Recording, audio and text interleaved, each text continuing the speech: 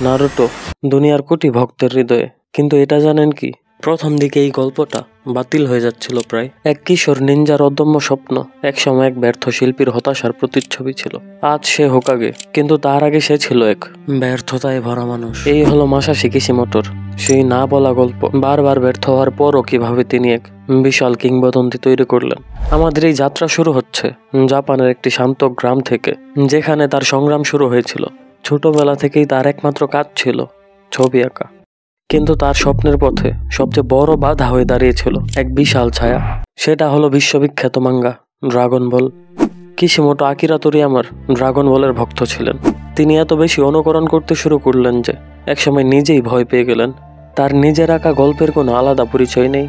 তিনি বুঝলেন, উইকলি শোনেন জাম্প ম্যাগাজিনে সুযোগ পেতে গেলে শুধু ভালো আঁকা যথেষ্ট নয়, নিজের একটা আলাদা স্টাইল থাকতে হবে। এই মানসিক চাপ থেকেই তিনি একটি বড় সিদ্ধান্ত নিলেন। তিনি ভাবলেন, বাচ্চাদের জন্য শোনেন মাঙ্গা নয়, বরং প্রাপ্তবয়স্কদের জন্য কাজ করবেন। এই চিন্তা তাকে বাধ্য করলো তার প্রিয় স্টাইল ছেড়ে নতুন কিছু তৈরি করার জন্য। মজার বিষয় হলো, তার এই ব্যক্তিগত সংগ্রামই নারুটোর কাহিনীর ভিত্তি তৈরি করে। ছোটবেলায় তিনি একা একা ছবি আঁকতেন, অন্যদের থেকে দূরে থাকতেন। সেই একাকিত্বের অনুভূতি থেকেই জন্ম নেয় নারুটো নামের এক বিচ্ছিন্ন চরিত্র, যে মরিয়া হয়ে সমাজের স্বীকৃতি পাওয়ার চেষ্টা করছে। আর ভিডিওর শেষের ঘটনাটা শুনলে আপনার চোখ আকাশে উঠে যাবে। 1995 সালে কিশিমোটো তার প্রথম মাঙ্গা কারাকুরি জমা দিলেন এবং হোপ স্টেপ অ্যাওয়ার্ড পেলেন। এটি ছিল তার প্রথম বড় অর্জন, যা তাকে একজন পেশাদার শিল্পী হিসাবে পরিচিতি দিয়েছিলেন। কিন্তু এই আনন্দ বেশিক্ষণ স্থায়ী হলো না। কারাকুরি সিরিয়ালাইজেশনের জন্য বাতিল হয়ে গেল। বিজ্ঞান কল্পনার এই গল্পটিকে জাম্প ম্যাগাজিন বাণিজ্যিক দিক থেকে উপযুক্ত মনে করেনি। এটি ছিল কিশিমোটোর জীবনের প্রথম কঠিন ধাক্কা। হতাশ হয়ে তিনি একের পর এক পাণ্ডুলিপি জমা দিতে থাকলেন।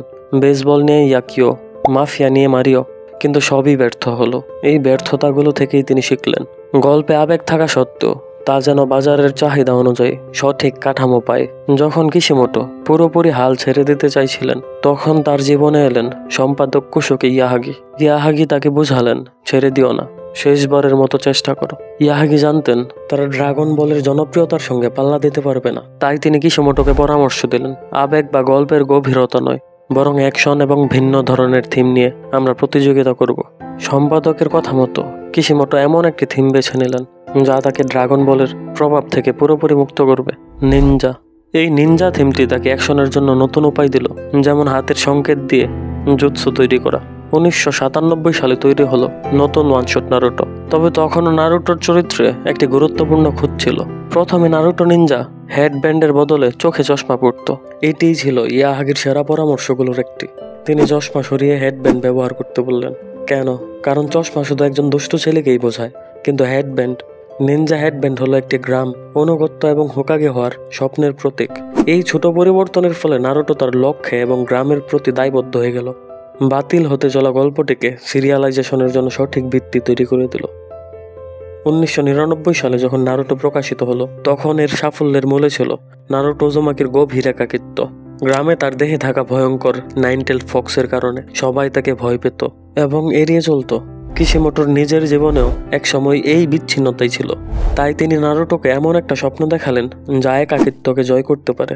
নারুটো হোকাগে হতে চায়, কারণ এটি কেবল গ্রামের নেতা হওয়া নয়, বরং সবার কাছ থেকে ভালোবাসা এবং সম্মান পাওয়ার চূড়ান্ত উপায়।